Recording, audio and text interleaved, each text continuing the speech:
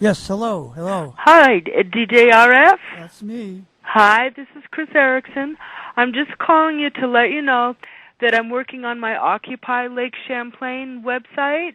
What's the address of that? You wanted me to go there? Let me check this out. Sure. It's http:// OccupyLC.tk. Okay, let me see what comes up here. It says connecting. See, what it's going to do is go to Facebook, but because the Facebook address is so long with so many numbers after it, Yes. that you get a domain, so you'll have a much shorter address. Well, there we go. The connection has been timed out. Excuse me. What other site can I go to? Okay, now what I did is I put up illustrations of Champ, the Lake Champlain monster that I did. Yes. And this is something that I started years and years ago, like around 1999, when I lived in the city of Burlington, Vermont, and I was trying to illustrate why we need to take better care of the water in Lake Champlain. So I did this story about Champ, the Lake Champlain monster, and he can live for hundreds and hundreds of years, but only if the water stays clean enough to drink and swim in. All right, you're talking about like the Loch Ness monster. Right. Now, Champ is directly related to the Loch Ness monster, and this is how. Remember hundreds of years ago in the early, like about 1609, what was his name? Champlain, the guy that discovered Lake Champlain. I'm not sure who he is. Well, okay. So then they had wars on Lake Champlain with the British and the French. Yes. And there's something like 400 ships sunk in Lake Champlain because of all the wars. Is this real or is this? No, this is real. Oh, okay. This is real. There were. They must have been small ships. Wait a minute. Let me look. I have a book here. No. These are big ships from. Are you familiar with the history of the state of Vermont? Somewhat. I was actually born in Rhode Island, and I didn't come up here until 1980, so... Okay. So in the history of the state of Vermont, up until 1791, the state of Vermont was a separate country. It didn't join the United States of America till 1791. Okay. It was its own republic. Have you ever heard of the Second Vermont Republic? Nope. All right. One of the political candidates from 2010 was into that. There's a group of people in Vermont that want the state of Vermont to go back to being a separate country. Killington, right? It wants to be its own, or it wants to join New Hampshire. It wants to get out of Vermont. That's different. The Second Vermont Republic wants the state of Vermont to go back to the condition politically that it was in from 1777 to 1791. It was its own country. Wow, that's. Are they still trying to do that? Yes. On the official election ballot in 2010, there was a candidate, Dennis Steele, for governor.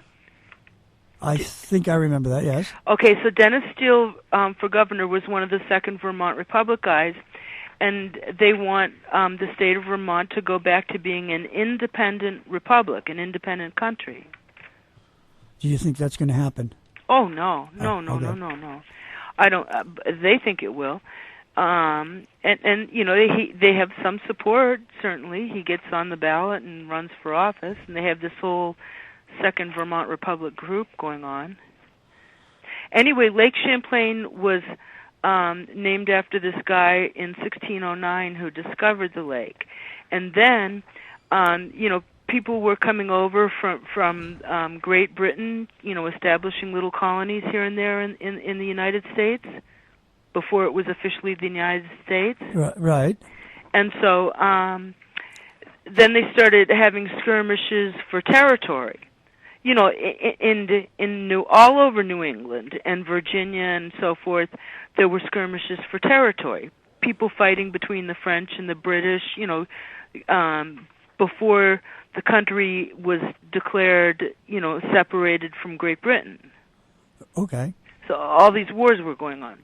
So a lot of the wars took place on Lake Champlain, and about 400 ships sunk, and so they have this whole neat underwater thing going on, all these sunken ships in Lake Champlain that are of great interest. So I wrote this little children's story about how one of these characters came over from England, and he went down the St. Lawrence River. What happens is, if you're looking at a map, you go across the Atlantic Ocean, and then you go down through the St. Lawrence River and down into Lake Champlain. So you can reach Lake Champlain all the way from Great Britain. Okay. So I wrote this story about this guy, this pirate captain from Scotland, and he was packing up. He was in Scotland, and he had his pirate ship hiding out at Loch Ness. So he was packing up all his food, for his journey. Right. And packing the food up in ice straw. So out of Loch Ness, he was carving all these hunks of ice out of Loch Ness.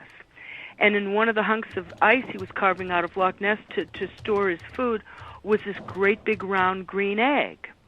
So he goes over, he sails across the Atlantic Ocean, through the St. Lawrence River, through Canada, and down into Lake Champlain. But the problem is that there's all these wars going on, and he gets hit by a cannonball by the French or the British or somebody, whoever's fighting who, and his ship goes down. So when his ship goes down into Lake Champlain, the cannonball hole in the ship is just the right size. And in the summer, the ship stays there for the winter, but in the summer, the ice and straw in the bottom of the ship melts, and out rolls this bright green egg. That's a Loch Ness egg. But he's born into Lake Champlain. And Mother Mermaid finds him and takes care of him, and he's named the Lake Champlain monster. Okay. But he's really from Loch Ness. Okay. Now, and so I wrote this little children's story. And it's on the Facebook thing here because I just pulled it up. Do the pictures show? Occupy Lake Champlain drinking water quality petition here. But does it show the pictures of of Champ? It has the pictures of Champ on it, and I looked for it. I found it by searching for Occupy Lake Champlain in case anybody wants to find it themselves. And it's Champ, the Lake Champlain monster, can live for hundreds and hundreds of years, but right. Only if the lake water is clean enough to drink and swim in. Right.